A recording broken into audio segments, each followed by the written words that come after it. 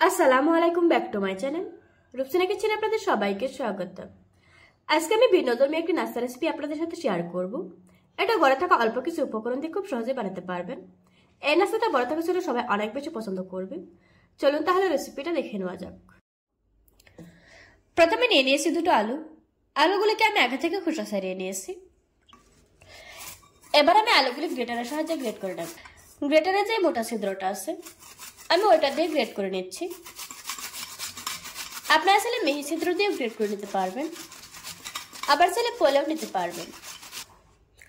আমার এখানে আলুগুলি গ্রেট করে নেওয়া হয়ে গিয়েছে। এবার আমি পরিমাণ মতো পানিতে আলুগুলি খুব ভালোভাবে ধুয়ে নেব। 2-3 বার পানি পাল্টে আলুগুলি খুব ভালোভাবে ধুয়ে নিয়েছি। এবার আমি আলু থেকে পানি ঝরিয়ে একটা প্লেটে তুলে নেব। পানি ঝরানো হয়ে গিয়েছে, এখন এটাকে একটা সাইডে রেখে দেব। অন্যদিকে চুলায় একটি কড়াই বসিয়ে দিয়ে দিচ্ছি 2 টেবিল চামচ রান্নার তেল, দিয়ে দিচ্ছি 1 চা চামচ চিলি ফ্লেক্স, দিচ্ছি 1 চা চামচ আস্ত জিরা, দিয়ে দিচ্ছি 1/4 চা চামচ কালো জিরা। এখন এগুলিকে নেড়েচেড়ে হালকা ভেজে নেব। ভেজে নেওয়া হয়ে গিয়েছে, এবার এর মধ্যে দিয়ে দিচ্ছি 2 কাপ পানি। যখন দেখবেন খুব সুন্দর একটা গ্রান বের হয়েছে, ওই পর্যায়ে পানি দিয়ে দিতে হবে। এখন আমি পানিতে বলক আসার জন্য অপেক্ষা করব। পানিতে যখন বলক চলে এসেছে, ওই পর্যায়ে দিয়ে দিচ্ছি আগে থেকে ধুয়ে রাখা আলু। এবার আমি আলুটাকে 80% মতো সিদ্ধ করে নেব। কিছুক্ষণ পর আলুগুলি 80% মতো সিদ্ধ হয়ে গিয়েছে। এবার এর মধ্যে দিয়ে দিচ্ছি 1 কাপ সুজি। আমি এখানে 2 কাপ পানির জন্য 1 কাপ সুজি নিয়েছি। আপনারা যদি 1 কাপ পানি নেন, ওই ক্ষেত্রে 1/2 কাপ সুজি ব্যবহার করতে হবে। এবার দিয়ে দিচ্ছি স্বাদ মতো লবণ। এখন আমি সবকিছু খুব ভালোভাবে মিশিয়ে নেব। এই সময় চুলাটা স্লোতে রাখতে হবে।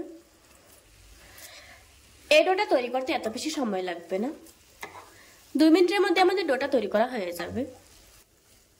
2 মিনিট পর আমাদের ডোটা তৈরি করা হয়ে গিয়েছে। এবার আমি চুলা থেকে নামিয়ে ঠান্ডা করে নেব। এই ডোটাকে অতিরিক্ত ঠান্ডা করা যাবে না, হালকা গরম অবস্থায় খুব ভালোভাবে মতে নিতে হবে। আমার ডোটা তৈরি করা হয়ে গিয়েছে। এবার আমি নাস্তাগুলি বানিয়ে নেব। তার জন্য হাতে একটু তেল লাগিয়ে নিয়েছি। প্রথমে সামান্য একটু ডো নিয়ে নিচ্ছি। এভাবে করে গোল গোল করে ঘুরিয়ে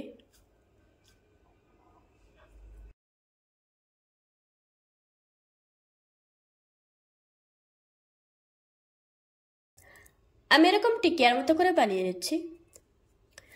আপনারা আপনাদের পছন্দ অনুযায়ী যে কোনো শেপে বানিয়ে নিতে পারবেন। আমার নাস্তাটা বানানো হয়ে গিয়েছে। এভাবে করে আজকে আমি সবগুলি নাস্তা বানিয়ে নেব। নাস্তাগুলি বানানো হয়ে গিয়েছে, এখন এগুলিকে ভেজে নেব। অন্যদিকে চুলায় মিডিয়াম আঁচে তেল গরম করে নিয়েছি। এবার আমি গরম তেলের উপর নাস্তাগুলি দিয়ে দেব।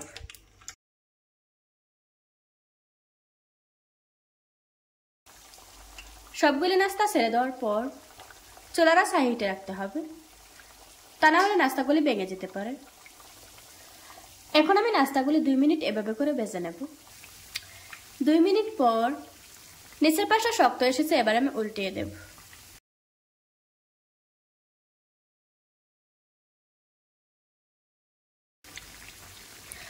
ওই পাশটাকে আমি 2 মিনিট ভেজে নেব। নাস্তাগুলিকে 2-3 বার উল্টিয়ে দিতে হবে। কিছুক্ষণ ভেজে নেওয়ার পর এখন খুব সুন্দর একটা কালার এসেছে। আমার নাস্তাগুলি ভাজা হয়ে গিয়েছে। এবার আমি তেল জড়িয়ে একটা প্লেটে তুলে নেব।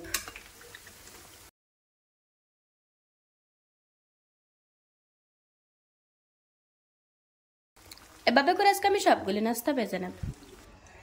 দেখুন বন্ধুরা, আমার নাস্তাগুলি বানানো হয়ে গিয়েছে। একটা ভেঙে আপনাদের সাথে শেয়ার করছি।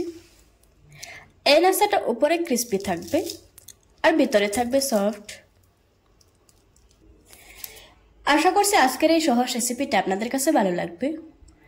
ভালো লাগলে আমার চ্যানেলটা সাবস্ক্রাইব করে পাশে থাকা বেল বাটনটি অন করে রাখবেন। আবারও কথা হচ্ছে নতুন কোনো ভিডিওতে। ততক্ষণ সুস্থ থাকবেন, ভালো থাকবেন। আল্লাহ হাফেজ।